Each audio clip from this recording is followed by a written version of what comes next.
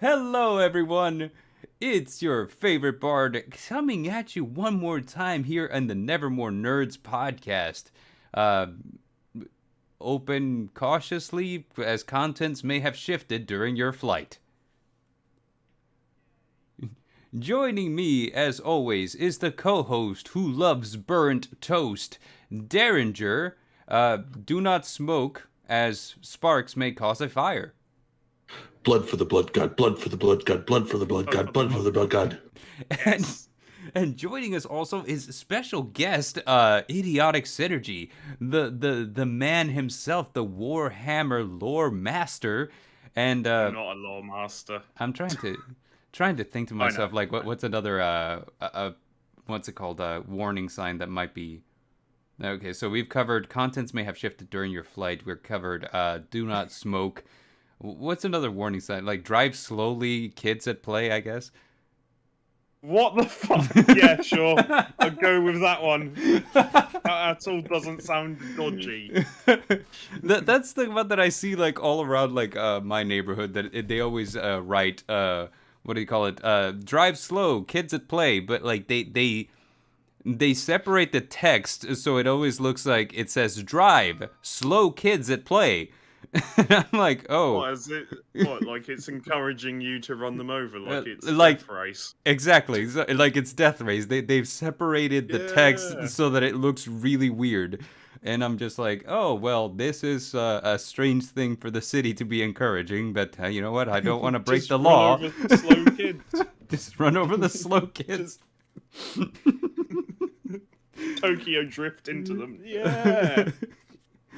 So we're here to discuss Warhammer today. What do you guys? What do you guys think about Warhammer? I hear it's. I hate it. Oh, do you? It's trash. They messed up on the third rendition. Oh well, that's the stream, everybody. Best thing ever. Drive safe. It's the best thing ever. Yeah, it's gaining a lot of. So good.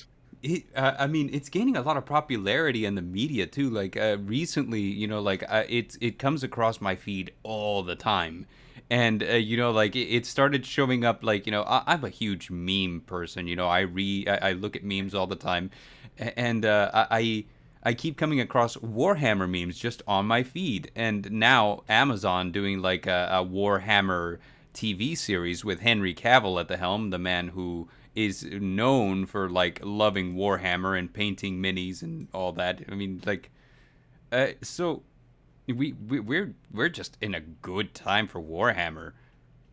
Yeah. I don't really have anything else to say. I find Warhammer just the best thing ever, especially Necromunda, which is set in the same universe. It's really fun and you should get into it, but it's really pricey. That's the only downside. Yeah, that's me and my friends. Every time we go to our locals, which is our local game shop where we play Yu-Gi-Oh, we're always looking at the Warhammer crowd, and I'm like, I want to try that. And it's always like every time we go up and we're like, so if we wanted to get into this, everyone's like, it's gonna cost you some money, bud. We're just like, ah. Yep. So I mean, like we're exploring options, you know.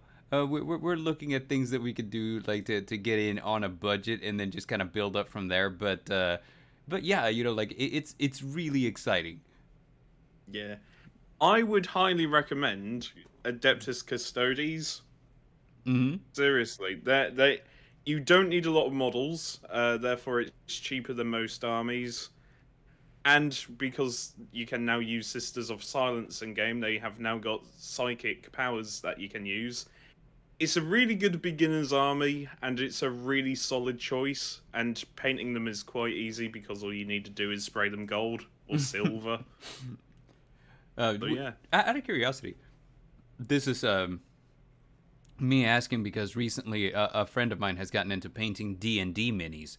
And you know, like one of the things that that kind of keeps coming up is that some people use like spray guns, like airbrushes and stuff like that. Would that be something that you do in Warhammer mini painting, or do you strictly stick? You can. It's perfectly fine. Hmm. Though I am completely crap at painting. So my recommendation, whenever you're painting is just take things slow. And if you're new to painting, I recommend the contrast paints or Army Painter speed paints or even Vallejo speed paints.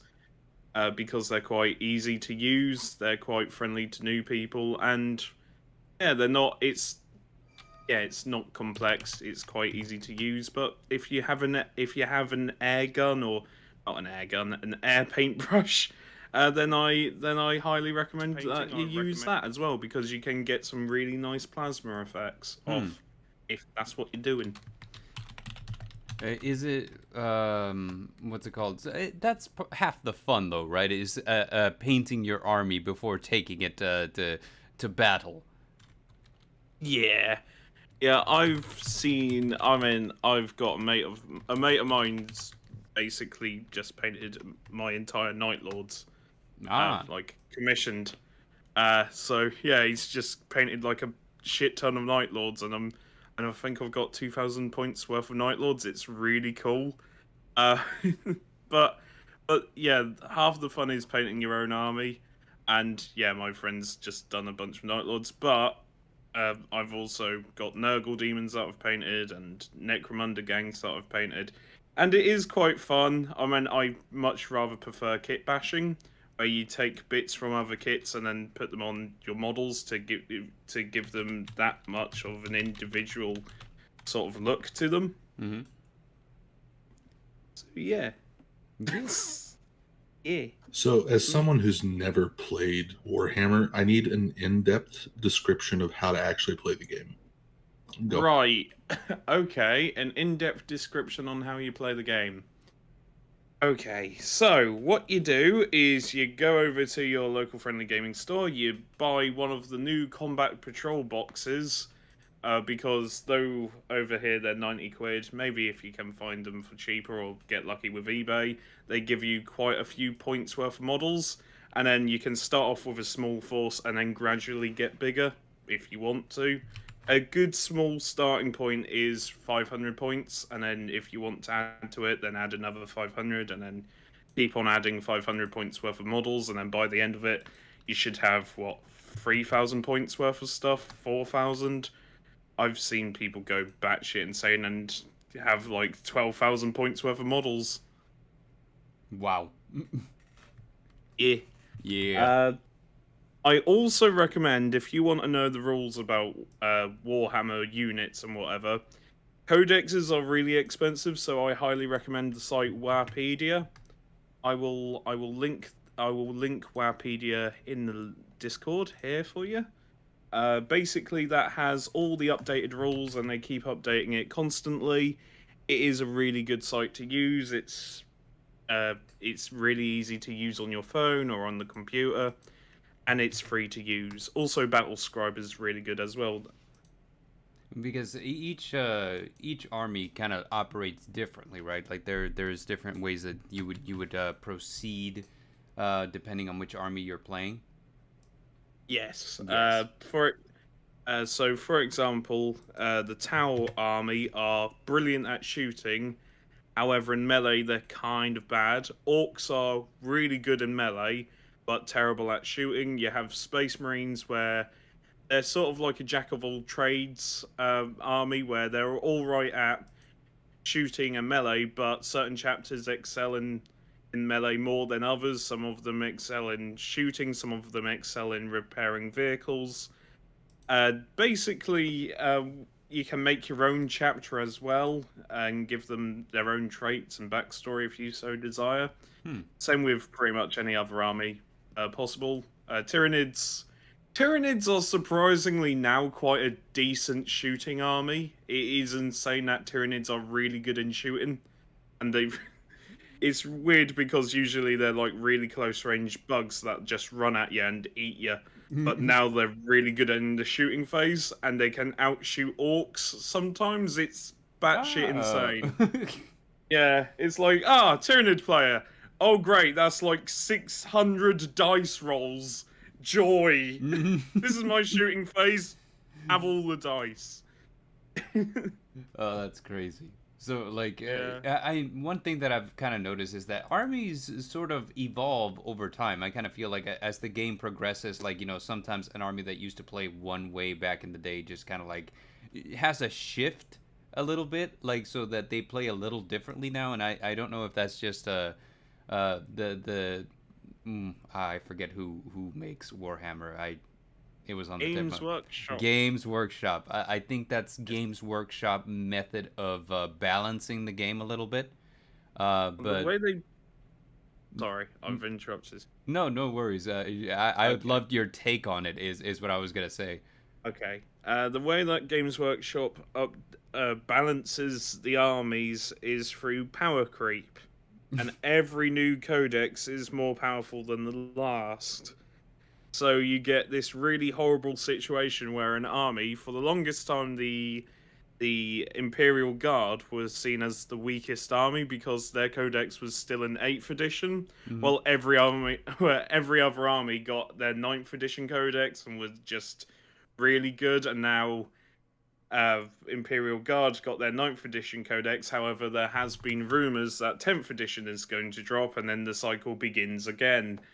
It's I it's one of the things that sort of can ruin the game for a lot of people is just the constant updates, because in trying to balance everything you accidentally make one army the most powerful. I feel like we are extremely familiar with that, are we not, Derek? Because Derek and I play Yu-Gi-Oh, and What's Yu-Gi-Oh. balance? Yeah, Yu-Gi-Oh works on an archetype system, an archetype being essentially an army, right? Like things in the same archetype work well together. And the way that Konami balances the game is through power creep also. So an archetype that It's used to do nothing back in the day suddenly becomes the most powerful for like a format, and then they release new stuff for other things, and now it doesn't do anything anymore. It's it's so insane. I hate power creep. The worst thing was the Leagues of Volton on release. mm, They were just broken. That it was a sure sign that power creep went too far, because it was a brand new army mm. and they went, yes, all the mortal wounds. Let's just give Leagues of Volton the best shooting, and they're quite decent in melee as well. This is balanced. And then what, a month later they had to go, oh shit, mate, we need to nerf them to hell and back, because it turns out having an army that can just wipe you turn one is a bit broken. In fact, things got so bad that tournaments started banning Leagues of Volton because they were too damn powerful at launch. Wow. They would just table everything. In fact, a regular troop, a regular like squad of 10 or 20 regular troops for Leagues of Volton could just wipe out an entire tank just off the board instantly. Just, yep, mortal wounds, all gone, you're dead, goodbye. It was broken as shit. That's great.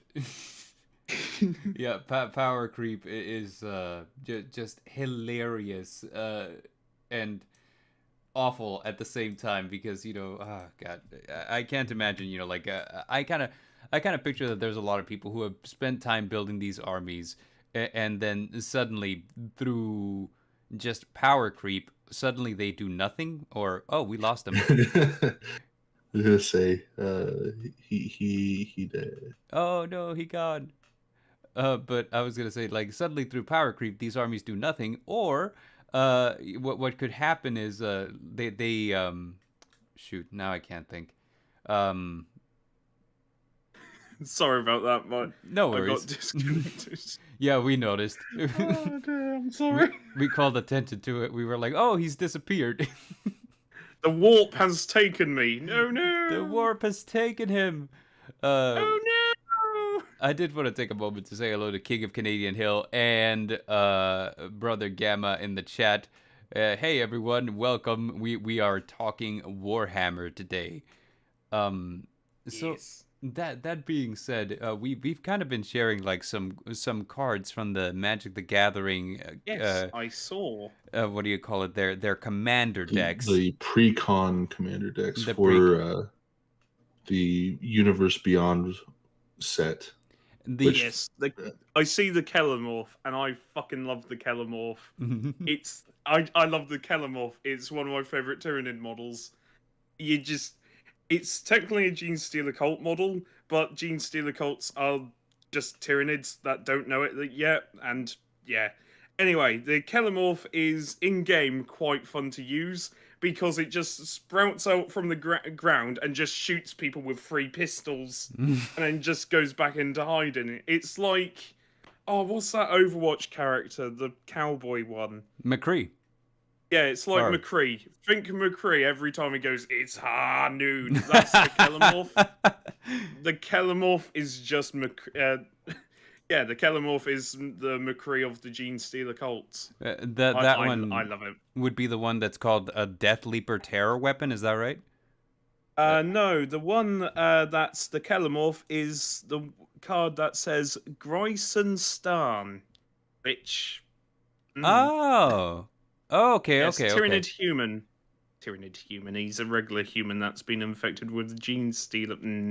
He's not technically human anymore because it's. Oh, he's technically not human anymore. You can tell because he's got 3 fucking arms. Yeah. The Tyranid. wait, you don't have 3 arms? I actually Wait, hadn't even what? noticed the third arm. Is that weird? Like Yeah, that's just oh dear. I love Gene Stealers, and the way that Gene Stealer cults pop up are funny. Basically, Tyranid hive ship will dump some seeds or whatever on the ground. People will start eating the seeds, and then this takes like years and generations for these cults to start coming about. So, in like 50 or 80 or hundreds of years, you will see babies with 3 arms or like big old Gene Stealer heads. They will think they're human, and then they start worshipping the Emperor, also known as the 3-armed Emperor, and then they start worshipping the actual hive ships, and they see the hive ships as God, while the hive ships see them as food. That's fair. Yeah, it's that's fair. It's so anyway, these cults take years and years of planning, and whenever a planet is finally controlled fully by the Gene Stealer cult, the Tyranid hive ship will slowly move towards the planet, and the people on the planet will be eaten and sucked up as biomass for the Tyranid hive ship. And then it just moves on to another planet. That is an excellent way to just keep the cycle going. I love it. Yep. I love the hive. I love Tyranids because there is what nobody knows where Tyranids come from. Okay, yes, it might be that the Necrons accidentally signaled to the Tyranid hive ships, and now the Tyranids are on their way. But nobody knows anything about the hive mind apart from one person, and that's Chief Librarian Tigerius of the Ultramarines. The problem with that is that contacting the hive mind nearly drove Tigerius batshit insane and almost killed him. So trying to contact the hive mind is not worth it. And nobody knows if the Tyranids have eaten everything beyond the entire universe, or if they're running from a bigger threat. That's a terrifying thought. Yeah, they've either eaten everything else in the world, and now it's just the solar system and beyond left, or if, they're running away from an even bigger threat. That's Yeah. That's a scary thing to consider.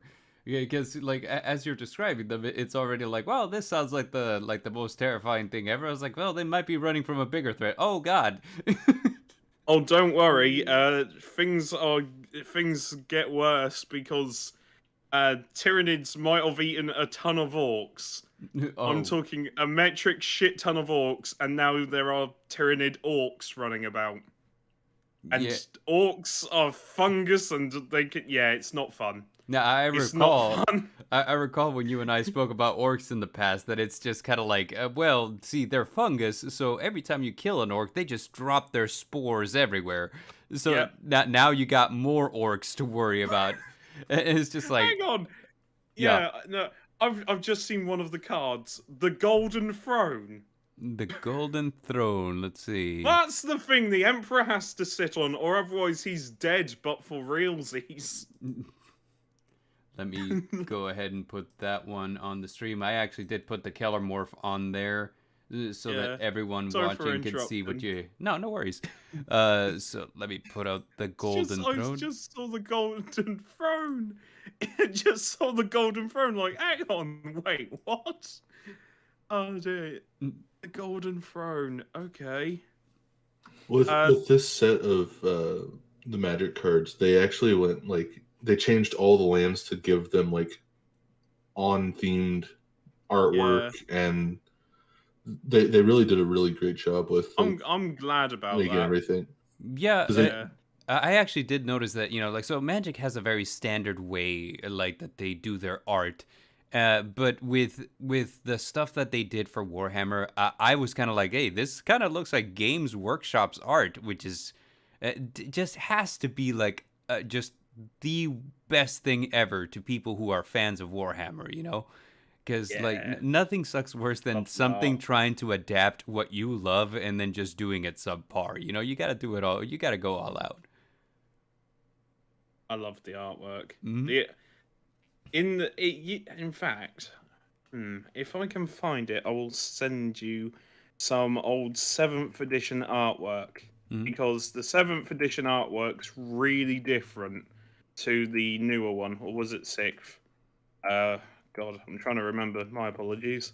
No worries. But basically, there used to be artwork that was old black and white sketches, and it's really grim and really messed up, and I love it. Yeah, hang on. Was that it? I think that was, though. Was that from 7th or 6th? God damn it, it's been a while since I had. It's been a while. But the Since I artwork. heard- Yeah, but the artwork, I should send it. Yep, it's there. The artwork used to look like this. A lot more grim, a lot more fucked up than. I mean, the newer artwork's bright and colourful, like how it was in the 80s. But there's just a really nice charm to the old 7th edition artwork. Putting it up right now. Hold on just a second. It's It got does. like a realism to it. Yeah. Like, it looks like something. It doesn't look, like you said, it's not bright and colorful. It's like it looks real, like something that. Almost like old something you would see in a shows. grimoire or something, Yeah, Yeah, Yeah.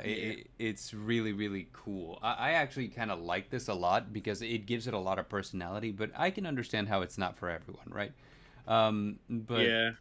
I do think this is actually really, really, really sick art, and I dig it. thanks for saying the words that I couldn't. Yeah.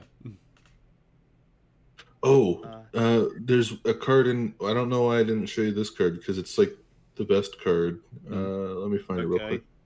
Keep talking about things and stuff. Sure. Okay, So right. things and So- stuff are synonyms for, just sundry of. I love things and I love stuff. Yeah, stuff Okay. and things. Here it is. The best Warhammer card. Lord have mercy. Yay! Old One Eye. Sorry, I love Old One Eye. He's a legendary Tyrannid, he is. I fucking love him. Old One Eye is basically a Tyrannid that the Hive. I don't understand why he keeps coming back, because on paper he's just a Carnifex, but he just appears everywhere, and no one knows if it's the same Tyrannid or if it's different Tyrannids in the style of Old One Eye. Basically, Jaws? Think Jaws, but in space, and that's Old One Eye. He just likes eating, and he's terrorized many planets, and killed many space marines, but every time he dies, another one pops up. So, nobody knows if it's the same Old One Eye, or if there's, like, several different ones at once. And they've all got one missing eye, as well. So this is something that you're seeing in the Exterminatus card. Is that right? Do you just automatically win if that's played? Kinda. Does non-land permanents your opponent control lose indestructible until the end of turn? Destroy. Oh, yeah, kinda. So I don't know how familiar you are with Magic, but I am not familiar at all. Okay, so Exterminatus, it costs a lot of mana to cast, but it is what they call a board wipe, and the fact that it removes cards' ability to not be destroyed and then destroys all cards on your opponent's field and your field. It's on brand with what the Space Marines do, where they just, if they can't control the Tyrannid, they just destroy everything. Yeah, that's about right. Basically, Exterminatus is supposed to be the last resort. Supposed to be, unless you're Cryptman. Because Inquisitor Cryptman had a wonderful idea on how to starve Tyrannids. Oh god, this story always makes me laugh. Basically, Cryptman saw a bunch of Tyrannid hive ships eating planets. So he thought, I can kill planets using Exterminatus. And he just wiped out planets, not using the Exterminatus on the hive ships. He would just shoot the planets. That's what he just did. He destroyed planets, trying to starve the Tyrannid hive ship, and even the other Inquisitors went, "You're going too far with this, mate. Stop it." And he's like, "Lol." Big button goes brrr, and just kept destroying planets. I mean, if it works, right? It didn't. It did. Okay. Well, then there's the problem. It didn't work because the Tyrannids, surprisingly, you can't starve. No one has managed to starve a hive ship, and Cryptman was just hitting the massive big red button repeatedly just to kill planets because, Tyrannids on the way. And even other Inquisitors were going, "You're just going overkill, mate. Get in the bin. Just get in the bin. Fuck off, get in the bin." No one liked Cryptman. He just saw big red button and went, brrr. Dude. I feel like that would be like my knee-jerk reaction to it. I was like, oh crap, are there Tyrannids? Just blow up the whole planet. Just blow up the planet. Try and Exterminatus hive ship. Right. Just kill the planets, that's just a few billion people. What's that in the Imperium? They were all probably traitors anyway. Fuck it, who cares? Yeah. Which I believe that's what's in the artwork there, is the lasers like destroying a bunch of the hive ships. Yep. It's just the Exterminatus. I love the Exterminatus, but I really wish, I don't know if there is a book, but I kind of want to see a book or a story where it deals with an Inquisitor trying to live with that decision. Because I reckon that could be quite an interesting book. Like how don't know if you ever played Spec Ops: The Line, but basically have an Inquisitor order an Exterminatus on his home planet and see if he can deal with it. I think that would be quite an interesting book. Ooh, or that story. would be interesting. That's what was it like? And mind you, this wasn't a great movie. It was a very aggressively okay movie, but it's like the first Star Trek from the recent iteration, the modern Star Trek, where Spock had to like kind of stand by as they blew up his planet, or as his planet was destroyed, right? Yeah, so something like that, where it's just kind of like it's a really somber type of thing. I would love to see that. If, I would, yeah, because I do like the Exterminatus thing in the lore and everything, but I kind of want them to try and I want to see more of the human side to the Exterminatus. I don't, as much as I find the meme of an Inquisitor just hitting the big red button and destroying planets, I think it would be a really interesting dive into like psychology of that. Yeah. Or like a new, or even better, have a brand new Inquisitor. He rose through the ranks, and his first assignment is to press the Exterminatus button. That would be really good as a book, as a story. I might actually write that, but who knows? Yeah, I encourage you to. I would love to read it. Dare posting new cards in the chat. We got Let the Galaxy Burn, which sounds like fun. And this is what Horace likes to say. This is Let the Galaxy Burn is basically just Chaos Space Marines being Chaos Space Marines. They do not care. They just want to see everything burn. It's just the nature of them. Fire Warm. Yes, Fire Warm. However, Let the Galaxy Burn can also be attributed to Cryptman. And he's an Inquisitor. Let the Galaxy Burn. Stop killing planets, please, Cryptman. We just stop it. No, we need to starve the Tyranids. Does it work? I don't know. Stop pressing the button, please. Okay, so this is just a huge burn card from what I'm reading. Because you cascade, which means that you send cards from the top of your library, which would be your deck, into the exile zone, and basically for every you do it until you get something that isn't a creature. Is that right? So how it is it's whatever mana you cast this at. So this is 6 mana at a minimum. Yeah, minimum. Plus X. So you would cascade until you got a card that cost that much, and you would be able to play it. Oh, I see it now. Nice. But what this is, it's another board wipe. Yeah. Because you would just pay a bunch into X, and then you would deal that much damage to each creature to just blow everything up. Can you combine this with the Exterminatus? No. You'd have to make a different deck, because I believe with Magic you have to, with Commander you have to have mana color according to what your commander is, and the Imperium one is blue, white, and black, and then the Chaos Marines is red, blue, and black, I think. So because they don't share the same mana, you wouldn't be able to. But you could make a white, black, red deck and be able to play them both. Oh, that'd be brilliant. It's like, I can't wait to play Get Exterminatus. Oh, I've got some Get Exterminatus. Oh, can I? No, Galaxy Burns. Fuck you. I win. I'm going home now. Thanks for that 2-second game.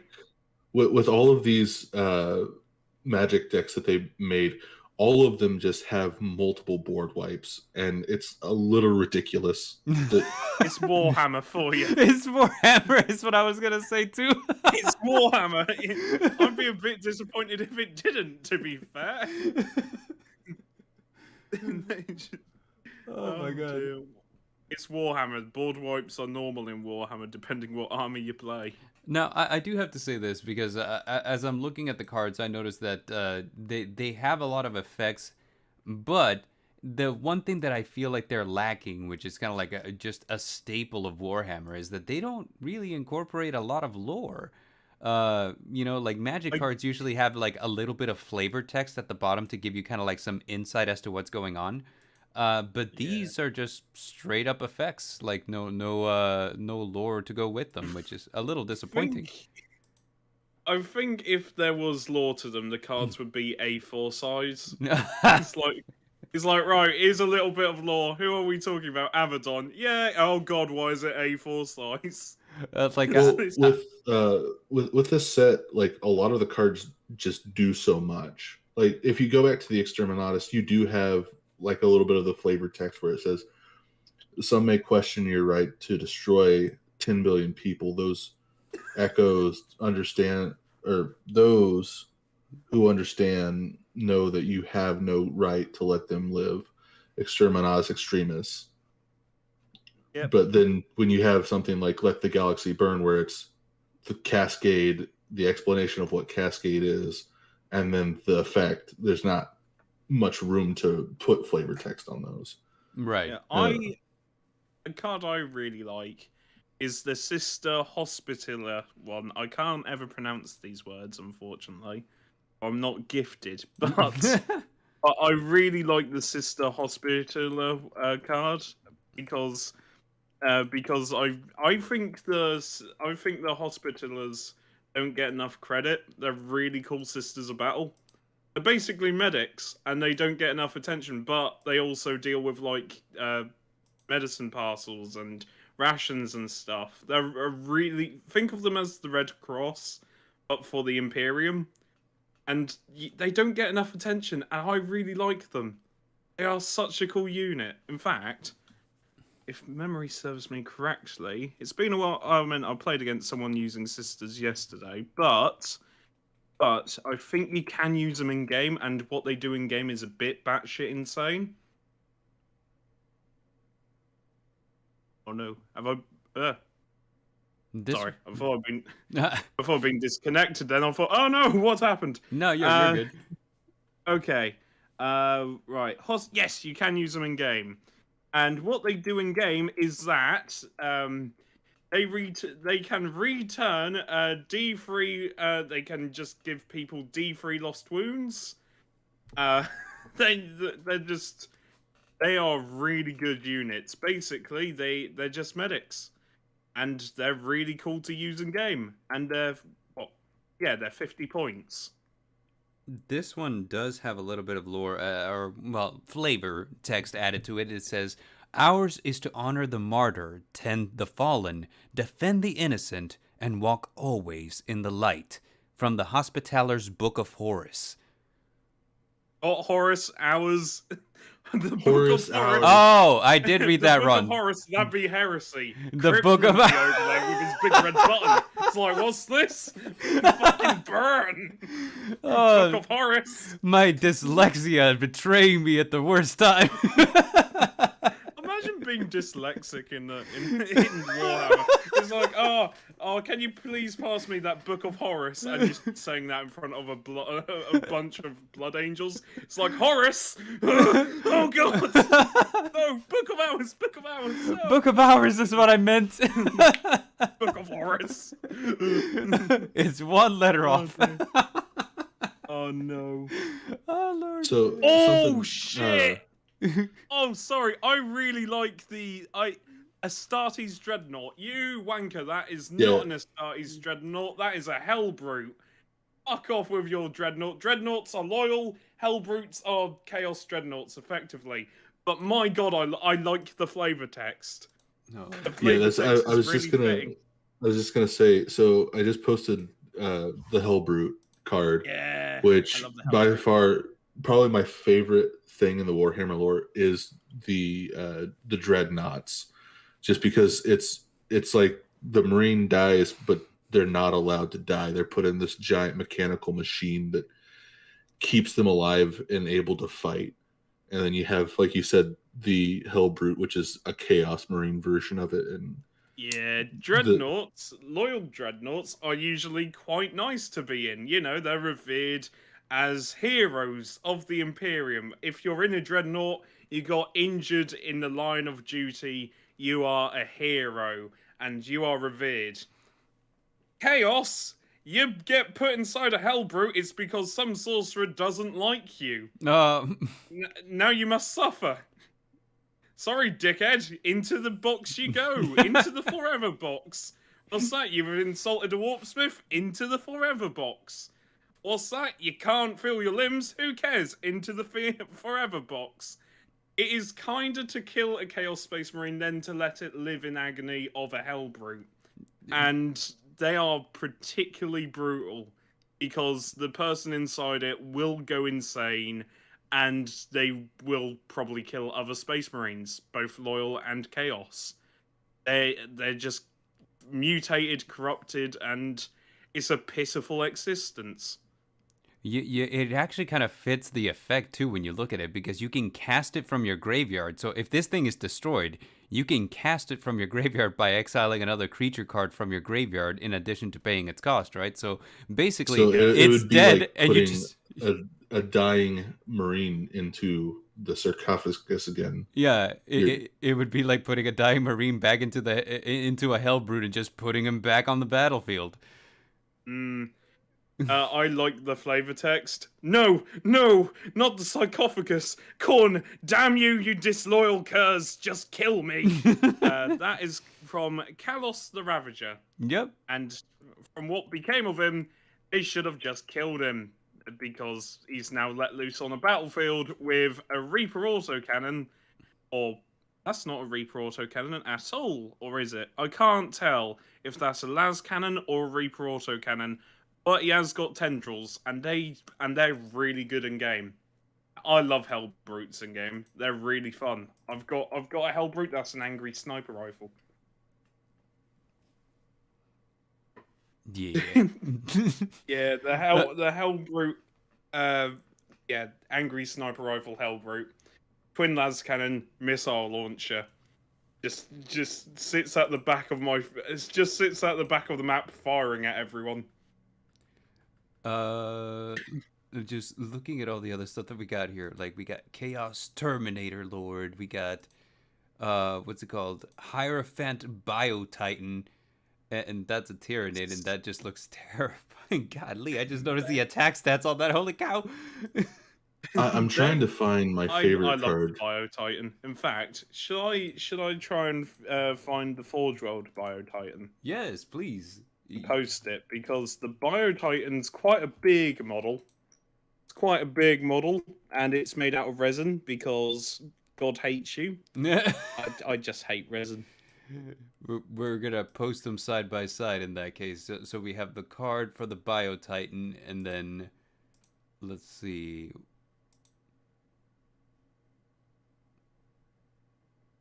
Oh, that's a token creature. I was about to say, like, what is that?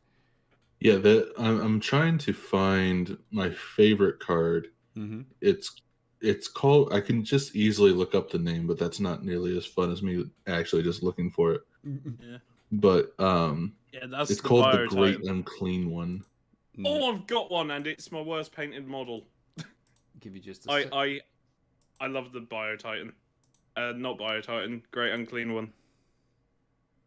Gonna put it side by side to the card so that folks at home can kind of get a look and see like what all these look like in comparison to their card, which it looks remarkably accurate to me. Like that is the same exact thing. That is awesome.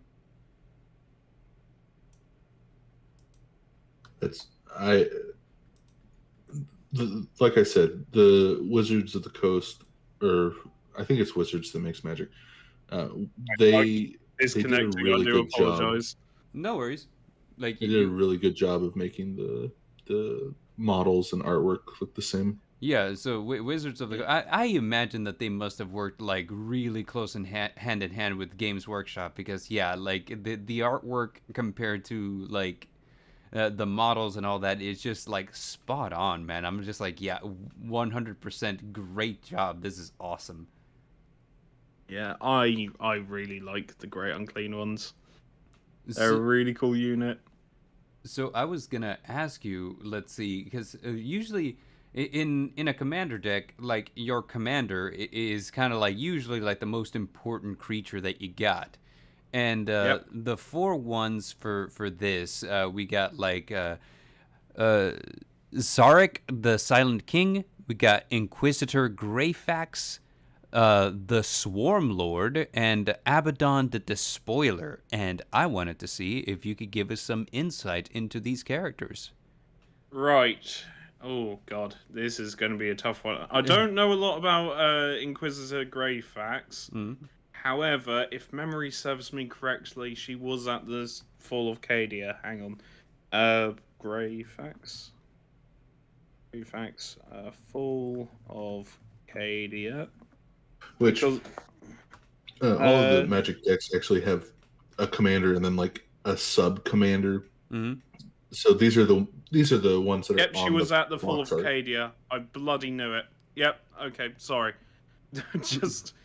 I don't know a lot about Greyfax, but I know she was at the Fall of Cadia because a certain Necron lord called Trazen the Infinite basically had her trapped inside a Pokeball, and just I'm not even kidding.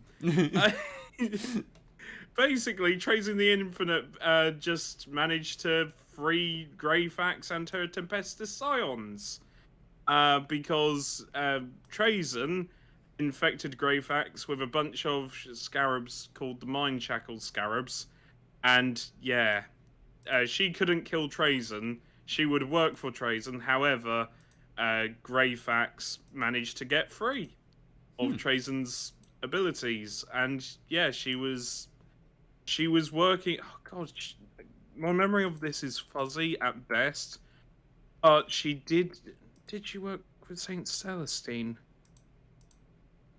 Yes, she did. Sorry.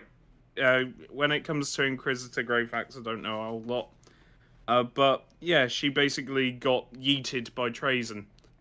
She's like, Pokeballs, go! Come but yeah, who were the others? Abaddon, the Swarmlord, and... The other like cover card for the Necrons is Sarek, the Silent King. The Silent King's a really cool character. I know a lot about him. Basically, the Silent King used to be the ruler of the Necron tier, not the Necrons yet, because the Necrons weren't always these robots.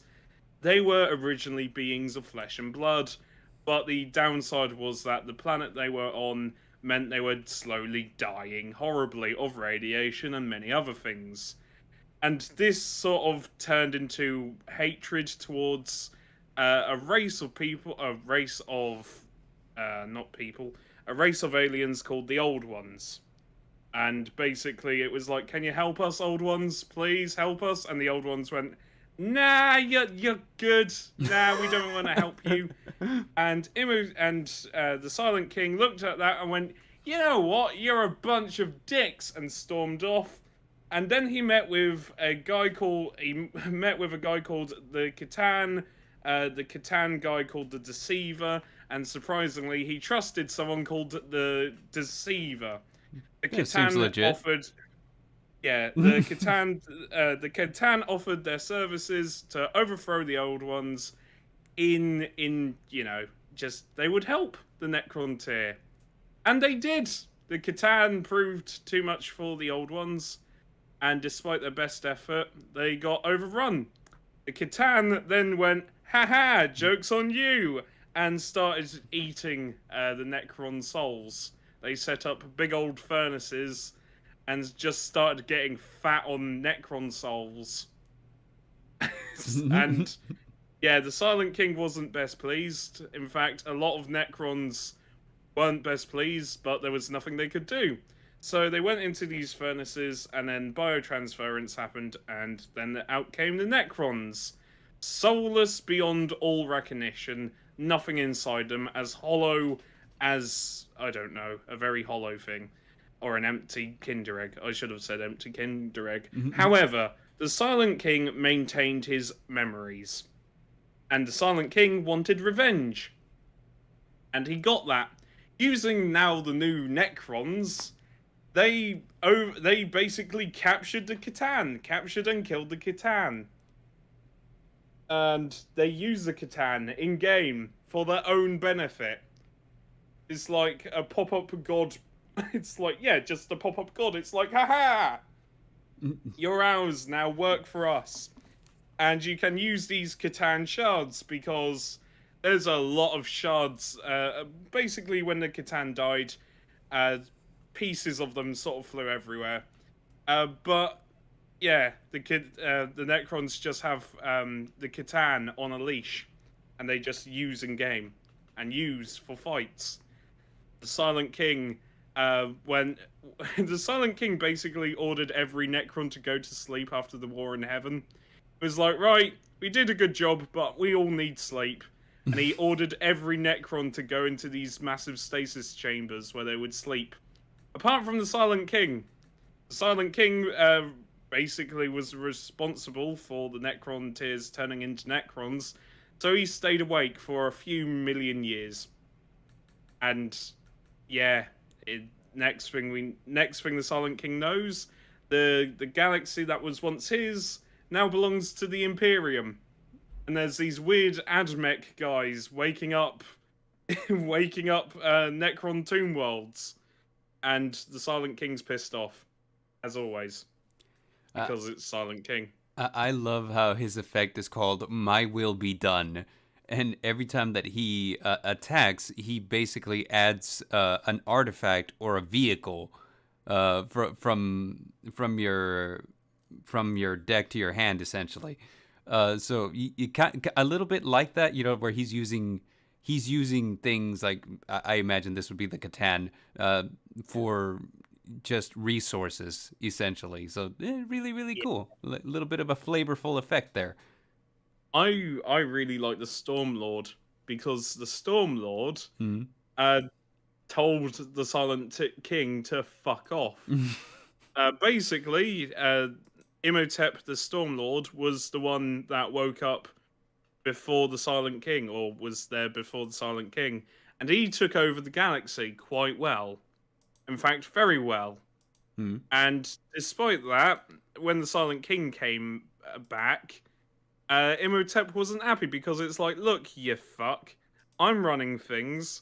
Who are you to demand, that I relinquish power to you? And just told him to fuck off. And they're not on speaking terms anymore. They're not really on speaking terms. Yeah. Oh, but then again, the Necrons are quite petty. I mean, you have Trazen. You have Trazen the Infinite basically fucking with other Necrons just because he can. It's like, ooh, what's this? What's this, Orokin? I'm going to help you, or am I? Ooh, it's like, fuck off, Trazen. Stop nicking my shit. Not everything has to go into your museum. It's mine now. It's mine. You've got Nemesis Zandrath, who's a Necron who's got really bad dementia, which is kind of sad because he thinks he's still flesh and blood, so he tries to eat things even though he's a robot. Oh, no. Yeah, he thinks he's still flesh and blood, and he thinks that the old wars of the Necron tier are still happening. So he sees Orks and goes, hang on, this is funny. Their tactics don't make any sense. Come now, let's go and fight them properly, for I am the general of the Necron tier. And meanwhile, he's a massive robot. It's like, it's kind of sad, but his bodyguard Vargard Oberyn's looking out for him, which I find is kind of cool and it's quite wholesome, because Vargard Oberyn is basically his carer at this point. Yeah. And yeah, Vargard Oberyn understands that Nemesis Zandrath isn't all there, but but they've been fighting together and basically been friends since the very beginning. So it's like, all right, I'll look after him. And Vargard Oberyn, to his credit, does this amazingly well. He even kills other Necrons if they think about killing or replacing Nemesis Zandrath. He just straight up kills them. In fact, in-game, Vargard Oberyn can teleport to Nemesis Zandrath at any point. Like, if Nemesis Zandrath is about to be charged, you can teleport Vargard Oberyn to Nemesis Zandrath, so it's like, yeah, fight with me, and then he just kills the opponent. He's surprisingly quite decent in-game.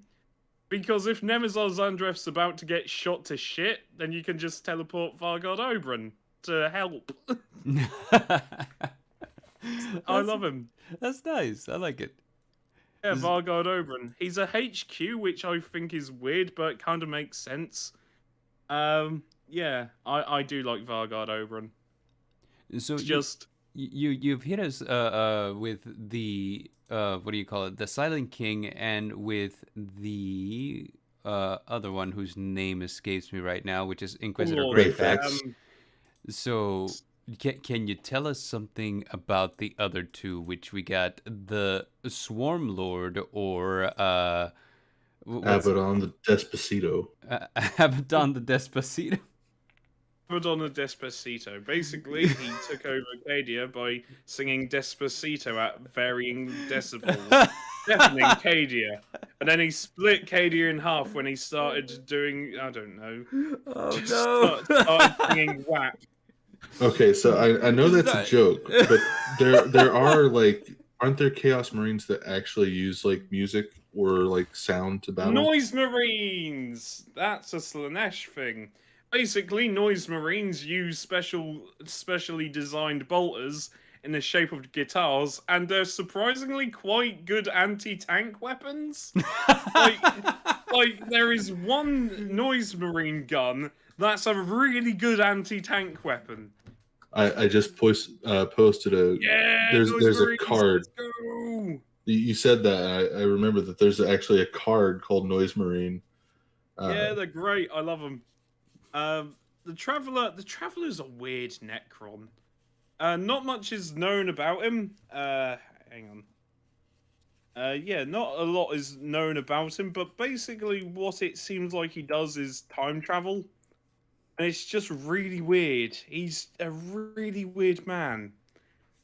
He just sort of wanders the galaxy, and he just helps Necrons when he can, but that's about it. He can time travel, and that's the scariest thing about him. He can time travel, but he doesn't really do anything. It's like, right, I can time travel, but leave me alone, I'm old. I just want to see stuff and help my Necrons. That is exactly like what my dad does.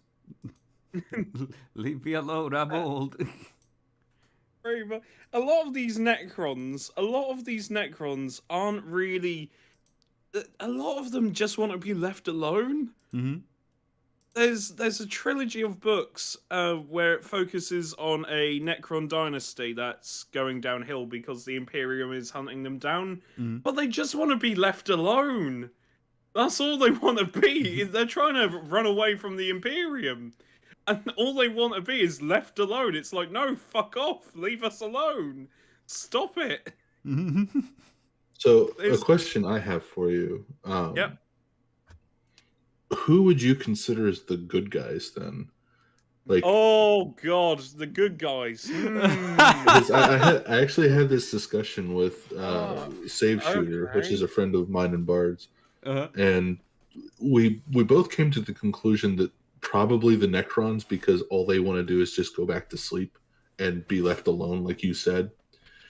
Whereas everyone else is just like, I want to kill everything for this reason. The good guys. I mean, from one point of view, you could consider the Necrons as good guys. However, because the way that Warhammer is set up and written, it's just a bunch of perspectives.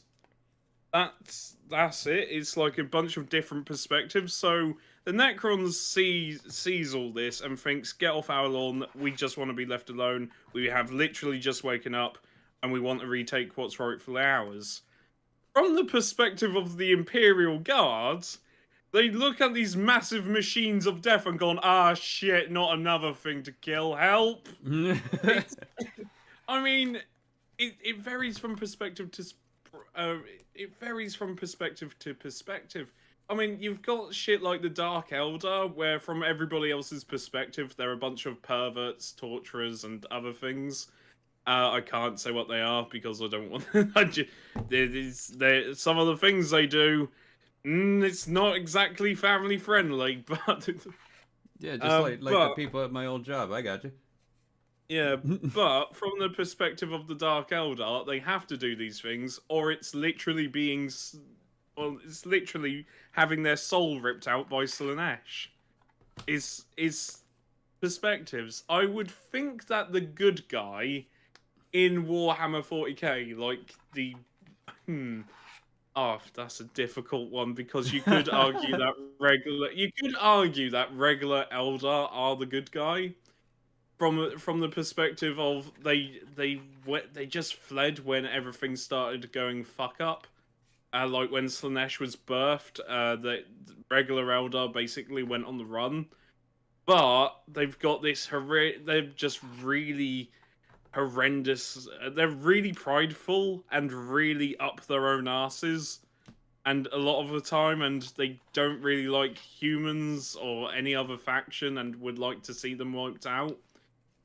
But you could argue that because of what happened with Slaanesh, you could argue that no, you really couldn't. You really couldn't. Even though the Eldar ran away, some of the Eldar ran away into these craft world ships, and are just trying to survive. Their attitude and the way they just kill other races, other beings, because they think they're morally superior it's just not on. Orks, you could argue Orks are the good guy, mainly because they're in it not through malicious reasons, but just for fun. But again, in another perspective, say, I don't know, what's another perspective? Say, again, the Guard. The Guard see these Orks, like, rip apart their friends and shit themselves. The Orks think it's a bloody good time.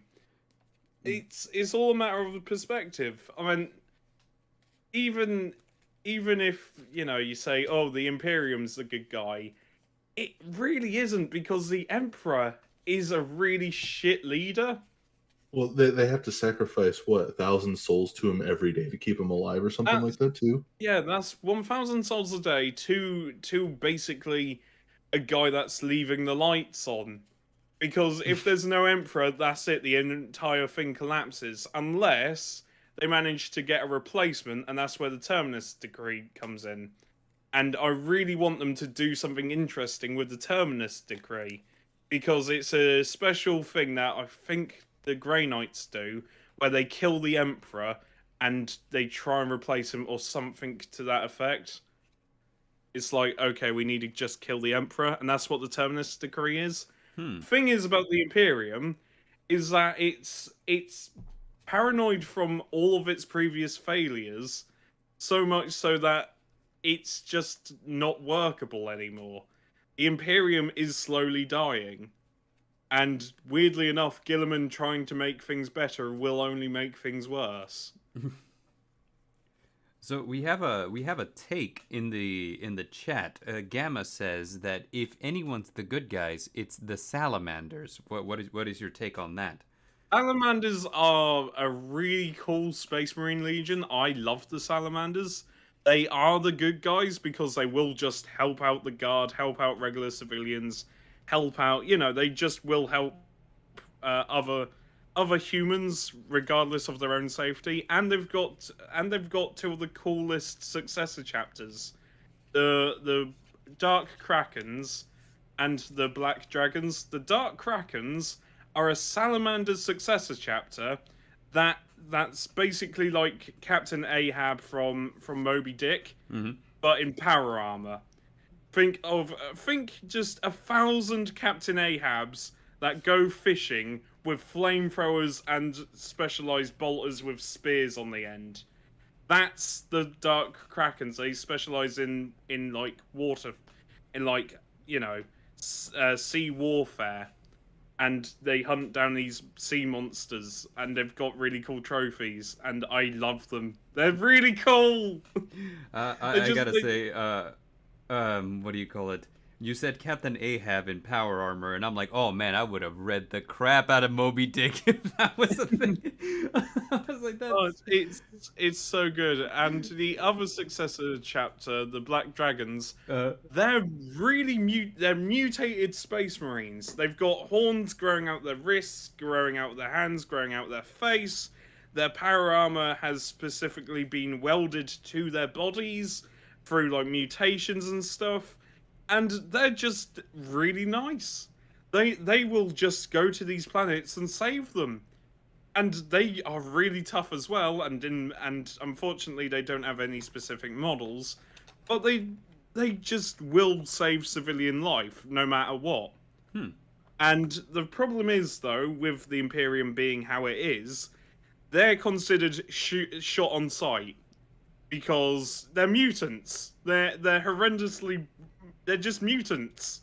So if, say, I don't know, like an Inquisitor sees them, they're not gonna go, oh, they're nice. They're probably gonna shit themselves and go, chaos, burn heretic, and try and kill them. I say try because, you know, they will probably survive and just kill the Inquisitor, because Inquisitors are just regular humans, for the most part. So go ahead, Bart. No, go for it, Derek. What's up? Okay, I don't think it's like legal to talk about Warhammer without mentioning the 4 Chaos Gods. Yeah. What's the best one, and why is it Nurgle? I love Nurgle. Nurgle's the best one because he just wins. In the end, he will win. Think about it. The point of Nurgle is death and decay. So everything rots, everything will just wither to nothing.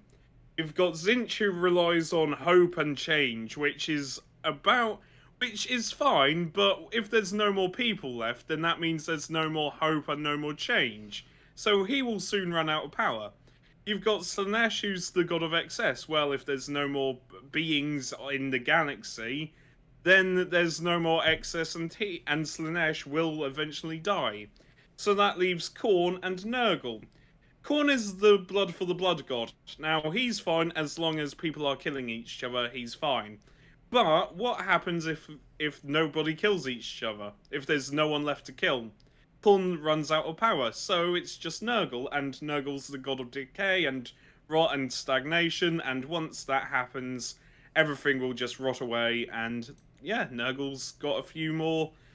Yeah, Nurgle just wins in the end because everything decays and stagnates at some point, so Nurgle will just win. He also kind of cute though. Yeah, Nurglings are just the best. I want just a pet Nurgling. It's so cute and chubby, and you want to pinch his little face. What is that? The like horribly mutated creature that thinks it's just a giant puppy dog? And no, that's the Beast of Nurgle. I love the Beast of Nurgle. I saw there's a guy who does like little lore videos, and he did one about them, and I thought that was the saddest thing ever, that they think that they're just puppies and they're trying to play with the Space Marines, and they get really sad when they kill them. It's just like, that's heartbreaking. Oh no. It is, but on Mortarian's world, even if Mortarian doesn't want them or not, there's a billion plague puppies everywhere, and like dedicated Death Guard just looking after these plague puppies. Whether Mortarian wants to or not, Beasts of Nurgle will be a thing, whether Mortarian wants them or not. There's a picture of a plague puppy Bard if you want to put that on screen. I love them. Can do. I love them. Beasts of Nurgle loves them as well. Not Beasts of Nurgle. Great Unclean Ones love these things. Nurglings love these things. They are the best. These things. They are the best. And they're really fucking powerful in game. Like, oh my god, they're really good in game. The rules for them is something else. They are surprisingly tough in game. I just... Hang on. They're not... Where the fuck are they? Okay, that's odd. They're no longer in the Death Guard section, so they must be in the Chaos Demon section. Oh, I hate that sometimes. They move around everything, but it's fine. Where is it? Fast Attack, Flesh Hounds, Plague Drones. Where the fuck is the Beast of Nurgle? There. That's odd. Which I think the artist picture that you put up there has plague drones in it too. They're like the little wasp things, right? Yes, they're plague drones, and they are just really annoying to get rid of because they can fly really fast. And if you're using Death Guard, you can equip them with plague mowers or flesh mowers, and they just kill everything. You can't look at me and tell me you wouldn't want to give that good boy a head pat. Yeah, you would. You would. You would. You would.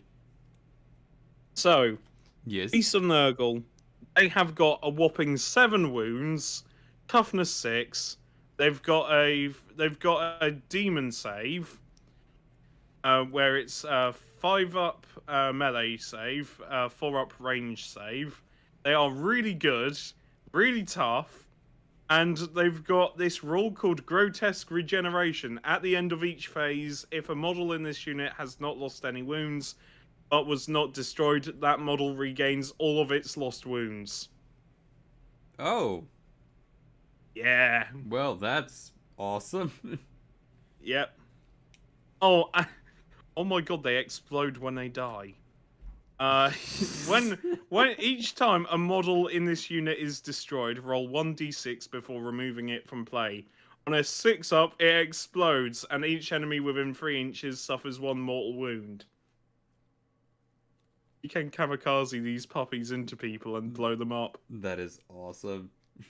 You can detonate these plague puppies. What are you gonna do, cowards?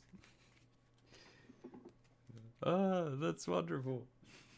Yeah, I absolutely love it whenever you always have like that option. I was like, oh, is my unit about to die? Well, it's gonna take down something with it. That is just.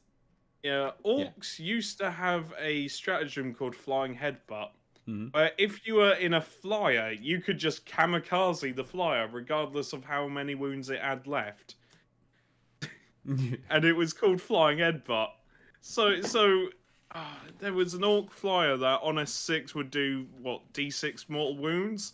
So it was a lot of points, but I knew somebody that had 3 of these things, and at start of turn 1, just Flying Headbutt everything. He would just have a bunch of grots, but 3 kamikaze planes that he would just shove up the board and just detonate.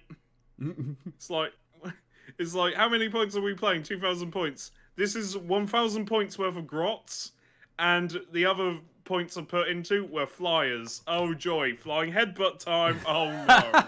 Oh no, I am dead. God has descended upon me and has chosen me to be its witness. I am dead. I am screwed, I am dead, but it's funny. It's like turn 1, get beamed. Fuck. That's beautiful. I love it. Yeah. So tell me, what are your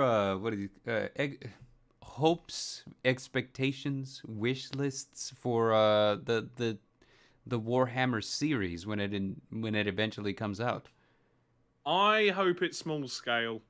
As I really hope it's really small scale, have a few characters, because is the thing that I think would ruin the Warhammer show if they try right out the bat to do like this big battle series, and I think they should start off small and gradually grow it, because that's how you do a really good Warhammer story. Have it be like really small scale and then just grow it as it goes on. I think that would work perfectly.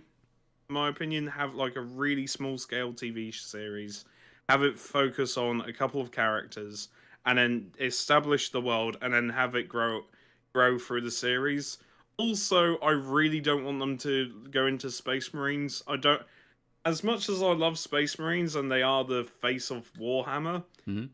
Space Marine, I kind of want Space Marines to be like this mythical sort of thing within the ranks of the Guard still. So if they ever do a Warhammer series and it's focused on the Guard rather than the Space Marines, I want Space Marines to rarely come up, because Space Marines in lore are you rarely see them in lore.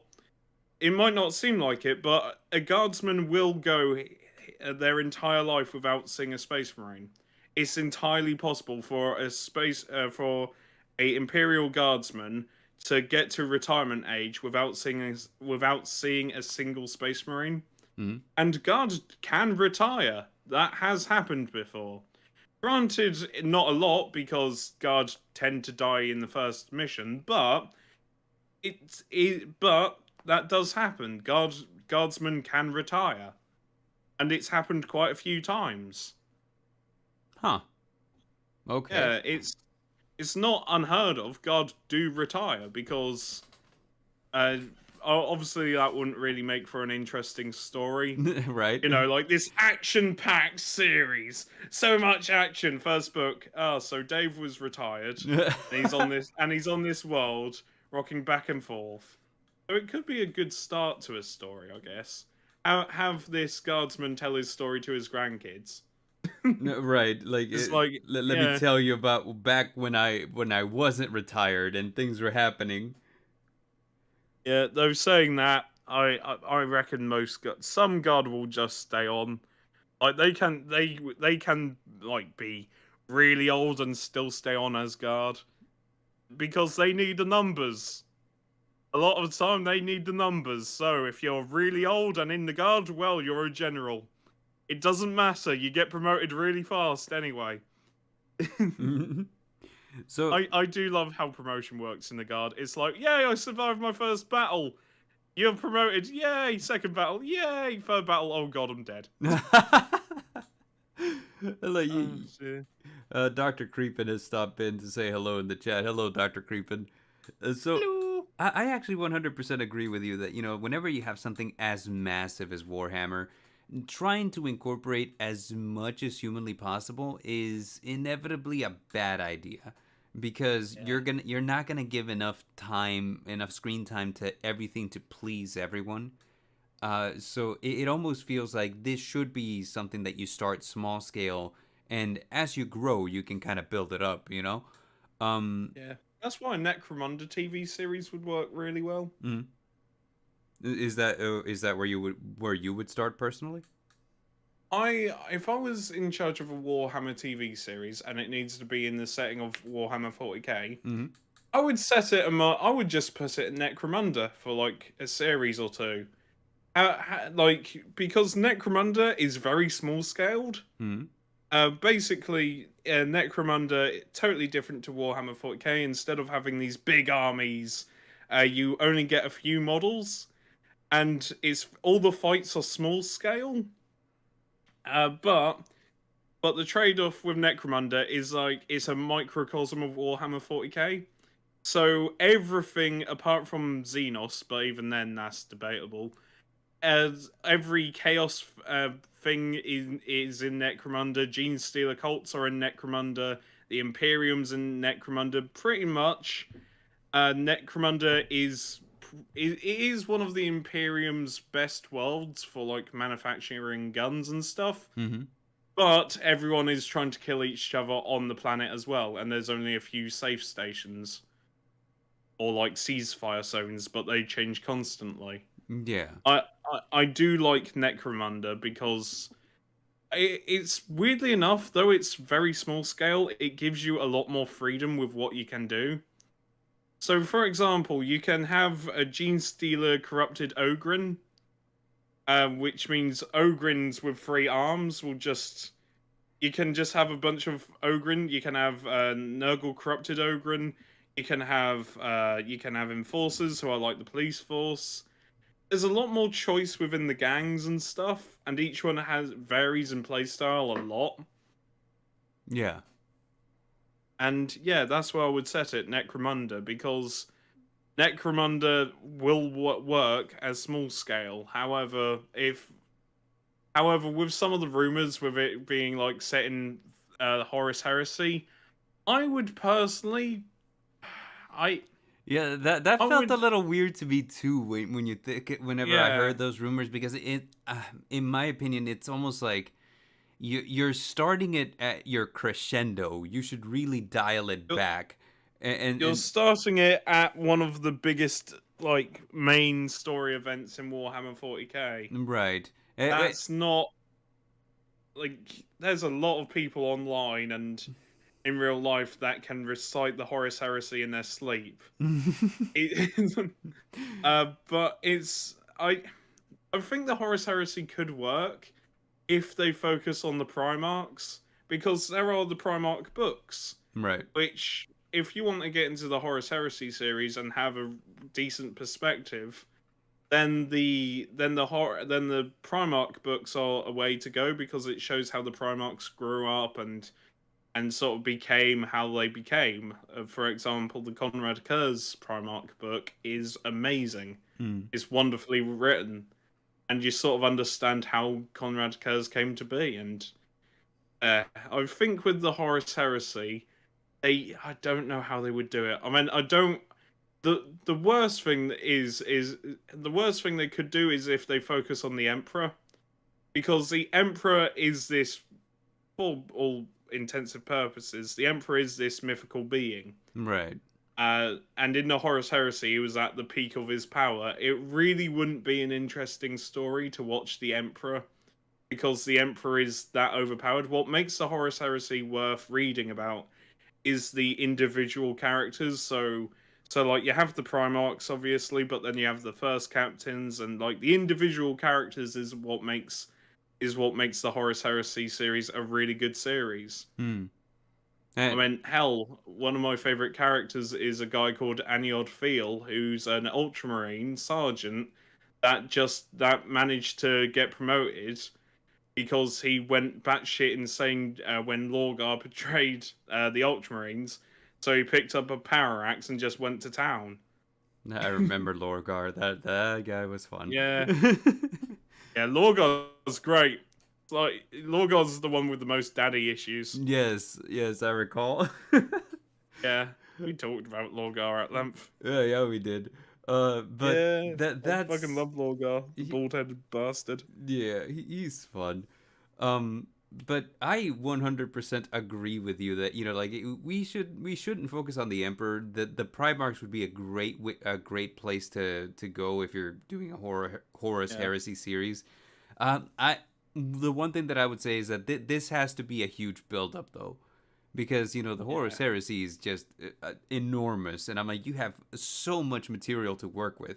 The worst thing that you can do is just kind of like skip over all the nitty-gritty and just jump right into the main event, right? I'm like, come on, give us a little build-up, you know, like a little. Yeah, and also if it messes up, then they won't do another show.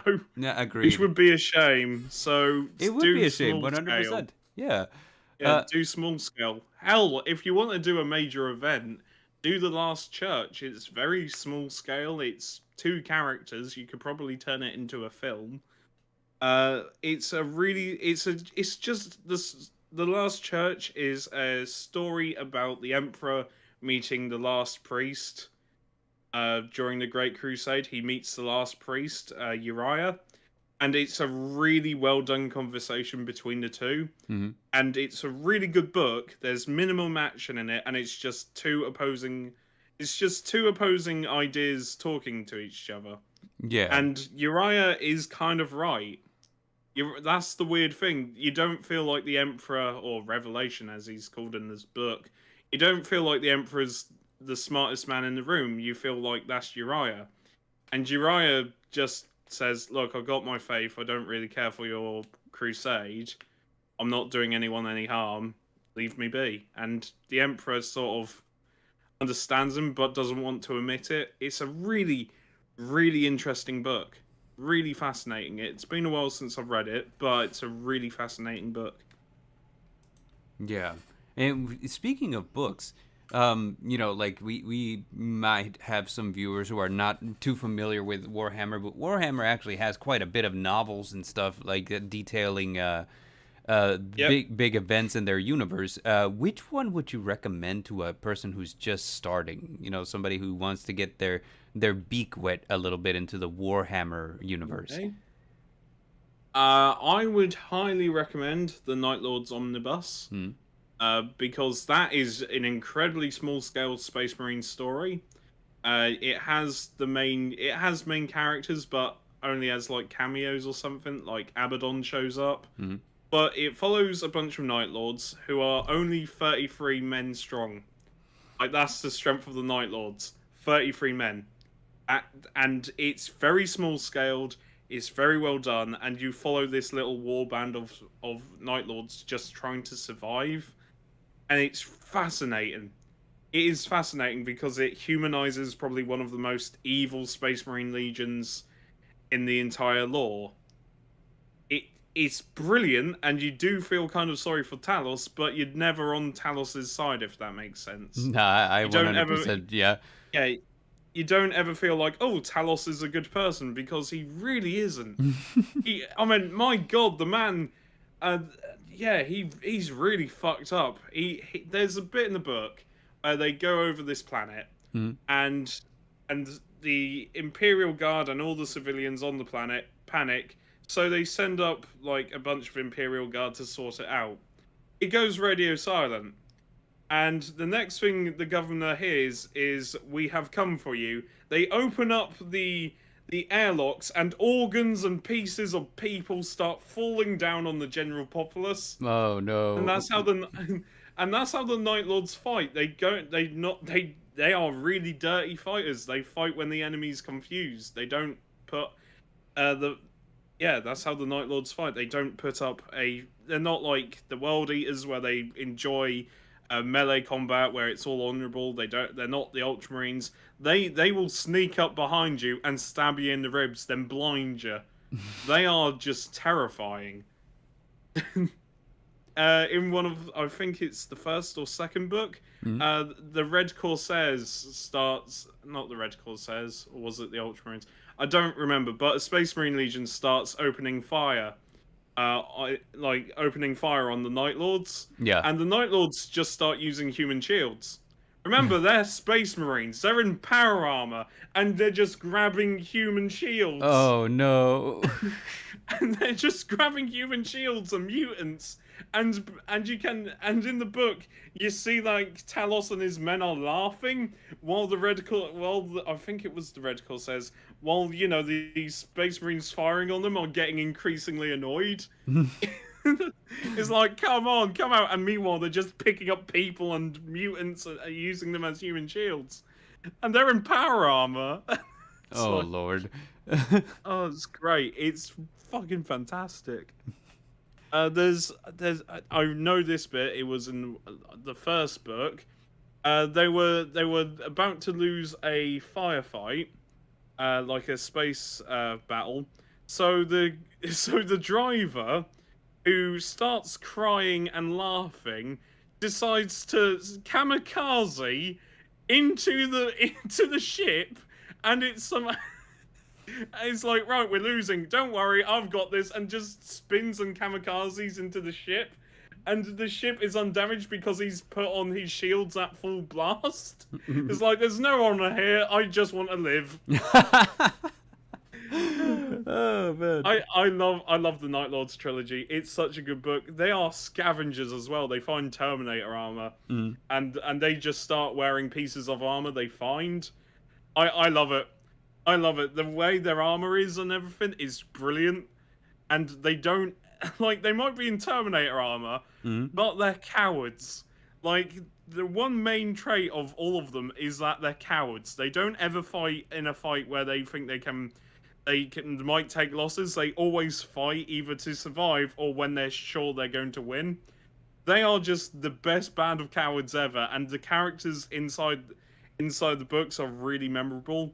Talos is a really fun character. The main ship, I forgot his name. That's really annoying. But the guy that drives the ship, just is like this really creepy fucking Night Lord who's just really odd. But he starts crying and laughing sometimes, and he just orders Talos to do things, and he's just giggling to himself. There's a character I love called Uzaz. Uzaz follows Khorne, and this leads to many situations where Talos has to knock out Uzaz because there was a Titan that was going after them, and Uzaz tried to melee a Titan. In fact, he tries headbutting it. Like, he goes up to the Titan and headbutts it, but the Titan's like a million billion, like it's like a million billion miles tall or something stupid. And Uzaz is like going, "Blood for the blood god, give me your head," and it's a Titan. So Talos has to knock him out and drag him back to the tank or the ship. It's like, come on, Uzaz, stop it. It's like, Uzaz, stop this. Stop being silly. Oh dear. It's excellent. And we could we could go for hours about Warhammer because there's just Oh, I could. so many different characters, so many interesting stories, and we're getting to the cutoff point. So I'm kind of like, there's so much more I want to talk about. I guess what I'm gonna say now is, everybody watching, remember we will be starting a new channel, Darren and I, called At the Battle Phase here on YouTube, where this is the kind of stuff we'll be doing all the time. We discuss all things nerd culture, and we'd love to have you on there at some point so that we can do more Warhammer stuff. If you don't mind. Of course, of course. But in the meantime, I mean, thank you for coming on today. And I wanted to ask, let's see, so any parting words is for the folks at home? No, not really. I hope you enjoyed. I've been Idiotic Synergy. Thanks for having me on. Yeah, that's it. Yeah, and it's been a long time coming where I was like, you know what, we need to do a Warhammer episode. Yeah. We need to do a Warhammer episode, and it was this was just the perfect storm where Dares are like, I got the commander decks for Magic, and I was like, I know somebody who could give us some insight. We didn't talk about Abaddon. Damn it, we didn't talk. We didn't talk about Abaddon. Let's see. Give you a second. We can talk about Abaddon a little bit. Let's go for it. Okay, go, right. Go. So, Abaddon. Basically, after Horus got absolutely yeeted by the Emperor, basically Horus got murdered after killing Sanguinius because the Emperor was basically not happy. That's putting it mildly. Abaddon became War Master. And during that time, he is an absolute petulant man-child. And I love him. I love Abaddon. Basically, his main achievement is the Black Crusades he goes on. Yes. And people always make fun of it, like, oh, it took him 13 tries to take over Cadia. The reason it took him so long was because he was actually trying to open up the warp to basically cut across the entire galaxy. Yeah. That's why there's a massive rift, because of Abaddon's insistence of the 13 Black Crusades. And yeah, Abaddon basically wanted Cadia to fall. That was his main thing. And he managed it quite fucking well. You would think that Cadia would be, the best planet.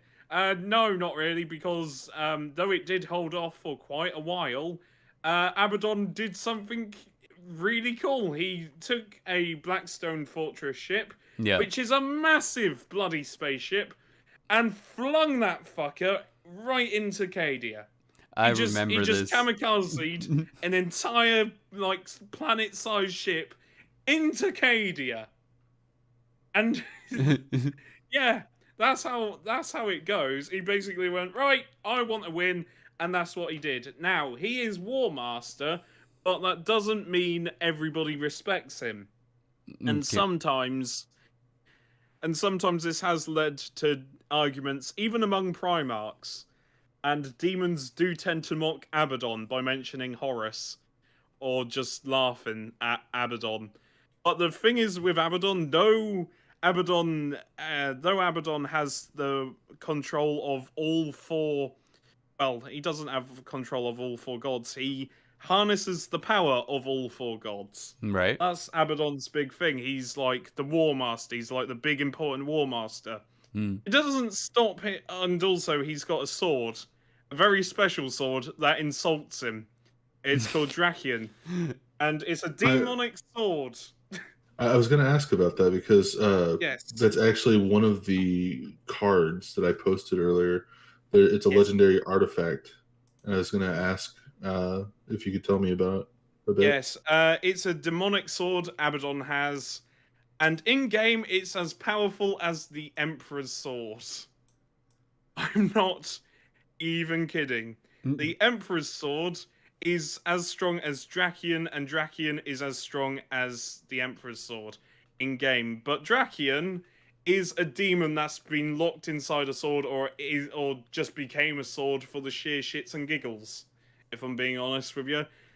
Demons don't really have a loyalty to Abaddon. They just find it funny that Abaddon still exists. However, Abaddon does want to try and take over the galaxy for his own end. And this has led to him making some really weird alliances. Like with Be'lakor, who... Be'lakor is Be'lakor. Be'lakor used to be the chosen vessel of all 4 Chaos Gods. Mm-hmm. There's a reason why he became exiled, was because they realized it was a bad idea. Be'lakor thought it was too powerful, even for the Chaos Gods.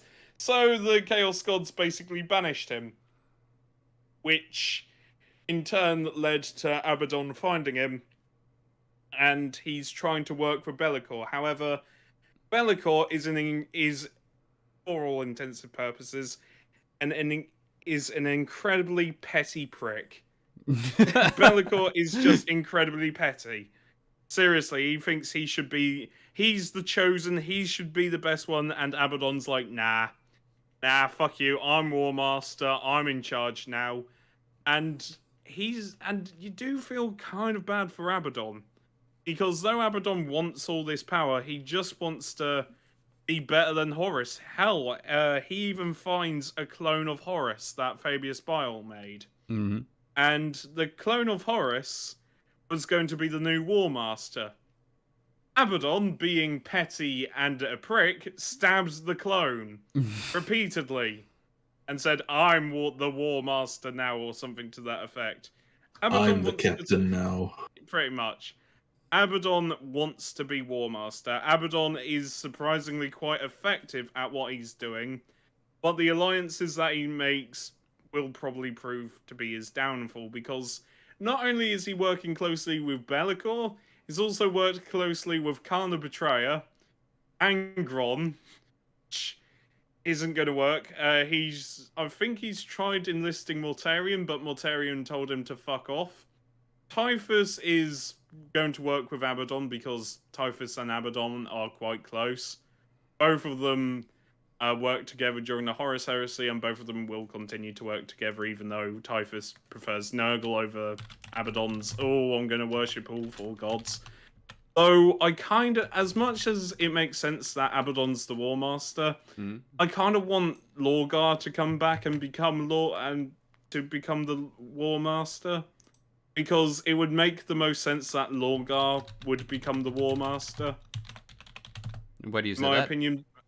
Because Lorgar is currently inside the warp meditating. He never died. And it would make sense that Lorgar would come back and try and finish and just try and be better than Erebus, or just try and fuck with Guilliman. Just something, and also he's a Primarch, a demonic Primarch at this point, but still a Primarch. Abaddon being War Master is okay, but he's just a really old Space Marine captain with demonic powers, sure, but still a Space Marine. And as Abaddon's a really cool character in the Horus Heresy. But there is one problem with Abaddon, and that is when he returned to fight Guilliman, it sort of fell apart because Guilliman's a Primarch with the Emperor's sword. Abaddon is a Space Marine Terminator who's really old at this point, but has been beefed up by Chaos powers. And this is where it sort of falls apart slightly, because you can't have Guilliman versus the world. Right. Yeah, and that's an issue I have with Abaddon, because Abaddon is the big bad guy, he's the big War Master, so obviously he can't always win. But I really don't like the fact that he's written in that way. Again, if they went small scale with him, there's a trilogy of books with Abaddon as the main character called the Talons of Horus or something. Mm-hmm. That's quite small scale. That's when he finds clone Horus and realizes, like, look, I can become a better War Master. Yeah, that's quite good. But if they kept that small scale, or had a Primarch come back and become the War Master, that would be quite interesting. Or hell, have Be'lakor come back and he tries to fight Abaddon instead of just Abaddon versus Guilliman. I really don't like the fact that it's Guilliman versus the world, because when And it really feels like that, because when Gilliman came back, he first fought Magnus, which was alright, because, you would expect a brother versus brother fight. Right. Then he fought Abaddon, which, okay, I'm surprised that Gilliman didn't just straight up murder Abaddon. But hey ho, maybe, Abaddon's got some new demonic powers. And then he fights Mortarion. And Mortarion, I'm surprised Mortarion just didn't kill Gilliman, because he's the Primarch of Death Guard and Nurgle's chosen trophy. I'm not going to say champion, because Nurgle's chosen champion is Typhus.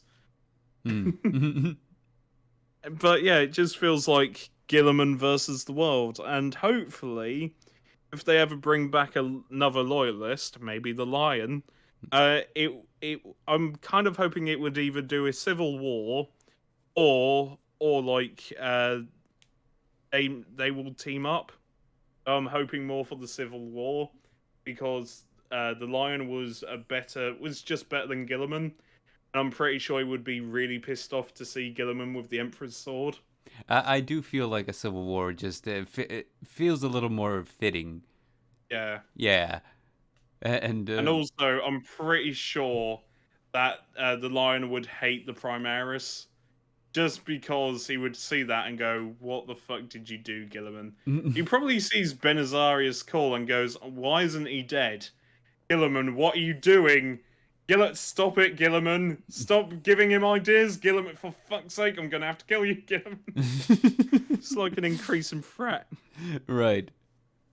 Yeah. Oh man, but anyway, that's the end of our stream for today. Thank you, Synergy, for coming on with us. This Good. takes me back to like Yeah. back when we used to talk Warhammer, and you would upload it to your channel, man. That was that was a lot of fun, and I was like, we need to do this again. Yeah. So, if you in the chat have not yet checked out our new channel, which is not live yet, we'll be starting to post stuff on there right around April. It's called it's called the Battle Phase. You can find it at youtube.com/@thebattlephase. And give us a follow. That way you're within the first people to get in on this. Let's go. It'll be exciting. It'll be exactly what you just saw for the past hour and a half. All this, all the time. How much more exciting can it get? Maybe we'll throw sprinkles on it. That's a little bit of excitement and color, right? Yeah. a little bit of a sugary spike.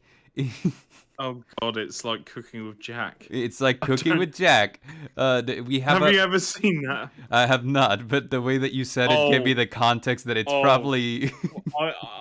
We need to watch some Cooking with Jack. We need to watch him cook chicken. That's salmonella with Jack. That's not cooking with Jack. That's salmonella with Jack. He cooks the best chicken. What are you on about? That chicken, in fact, that chicken, best thing he's ever cooked. Let's ignore the fact that he also made chili with 1.5-year-old meat that was green. Already, I'm not liking the sound of this. But we need to watch. I seen it, and I don't like the thought of it again. But Jack's the best. I am rambling as I always do, but all of that to say, thank you for watching the Nevermore Nerds podcast. Be sure to follow us at the Battle Phase, and next week we're gonna be ranking the Riot Games music videos, because as you know, Riot Games is a company that makes games, and they like Riot. They like to release music videos about said games, and sometimes the music really slaps. And so, your favorite part is all about that geek music, so I have opinions. Does it slap as hard as Will Smith? Keep my wife's name out of your mouth. Fucking mouth. I fucking love it. So, join us again next Sunday for Riot Music Rankings with Mordor and Somber Puppet. And once you join the collective, you can leave Nevermore. I've been your favorite bard. This has been Dareinger and special guest Idiotic Synergy. We will see you next time. Adios. Bye. Bye.